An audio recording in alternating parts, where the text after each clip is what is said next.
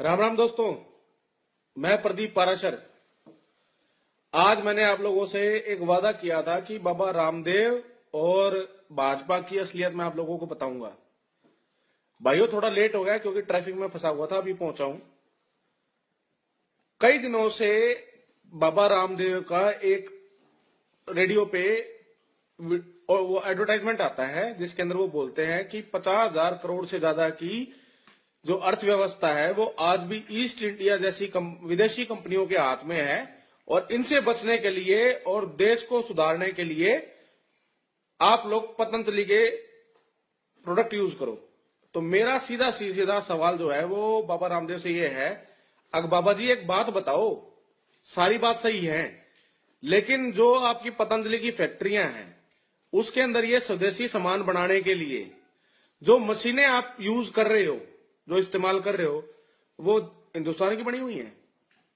नहीं ना, वो बाहर की हैं।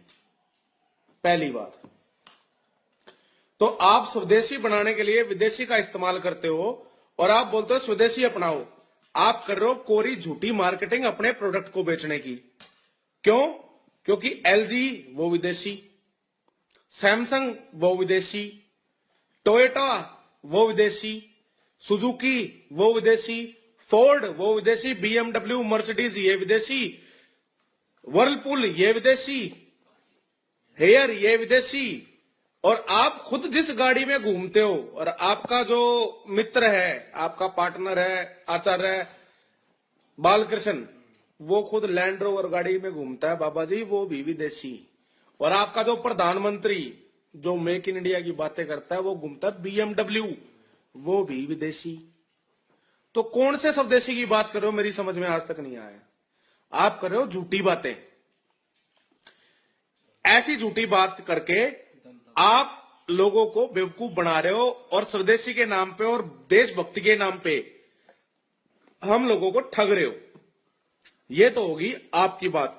बातें और भी हैं, आप बार बार स्वदेशी की बात करते हो, आपके पास कुछ स्वदेशी नहीं है।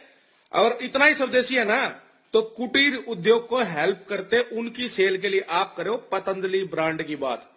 हमने सरसों का तेल लेना होगा तो हम अपनी लोकल मिल में चले जाएंगे, वहां से तेल ले लेंगे गांव के किसान से।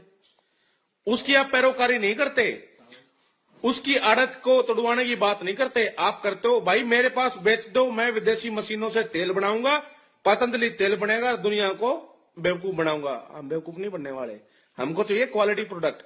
जो भी देगा वहां भी हमारे हिंदुस्तानी भाई काम कर रहे हैं, उन कंपनियों में भी। इतना ही दम है तो पहले ऐसी बड़ी कंपनी बनाओ कि उन लोगों की सारी नौकरी आप गारंटी करो, तब स्वदेशी स्वदेशी का नारा लगाना। ज्यादा झूठ बोलने की जरूरत नहीं है। और कल जो कुश्ती लड़ी ना, वो जो रशियन हरा दिया, हम नहीं बेरा वो रशियन क्यों करा रहा,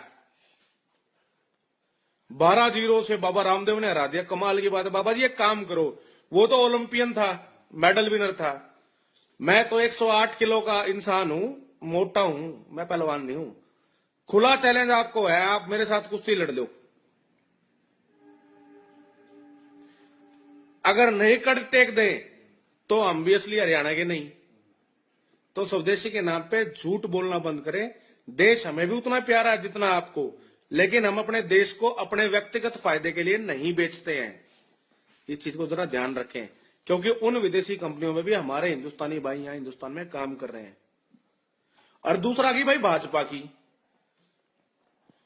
भाजपा में आजकल ड्रामा क्या चल रहा है, बोला देशभक्त, ईमानदार, फलाना ढिमका, और दूसरी पार्टी बोला गद्दार, भ्रष्टाचारी। तो गद्दार और भ्रष्टाचारी सोचता है बोला यार चुनाव लड़ना है, जीतना है, बोला जी मैं भाजपा ज्वाइन कर लेता हूं। अगले दिन बोला मां का वीर सपूत, भारत मां का लाल, ईमानदार। ये कौन सा तर्क है? आपके विचारों में इतनी गंदी मानसिकता कि आप एक चोर को अगले दिन ईमानदार बता देते हो और उसको टिकट भी दे देते हो।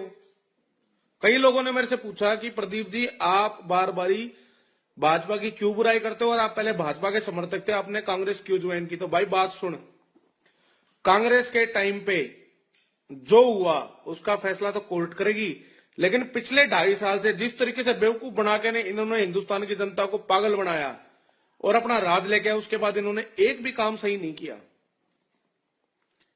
हर बार चोर लुटेरों को अपनी पार्टी में शामिल करते हैं, उनको टिकट देते हैं और उनको जिता देते हैं। तो फर्क क्या है? सिर्फ ये कि पहले कांग्रेस का ठप्पा था तो वो चोर था, आज भाजपा का ठप्पा है तो वो ईमानदार है। ऐसा ईमानदार कोई नहीं चाहिए भाई।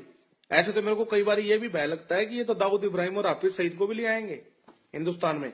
दवा झूठा नहीं है नरेंद्र मोदी का कि दाऊद को हिंदुस्तान लाके रहेंगे, ले आएंगे और सांसद भी बना देंगे, क्योंकि वो भाजपा ज्वाइन कर लेगा। तो अपने दिमाग पे थोड़ा सा जोर लगाओ भाइयों।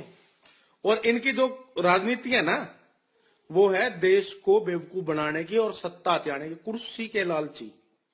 ऐसे कुर्सी के लालचियों से बचो।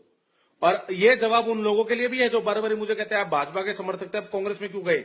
भाई सरकार में रह के और सरकार के खिलाफ बोलना ना असली विचारधारा होती है। मैं विचारधारा की लड़ाई लड़ता हूं।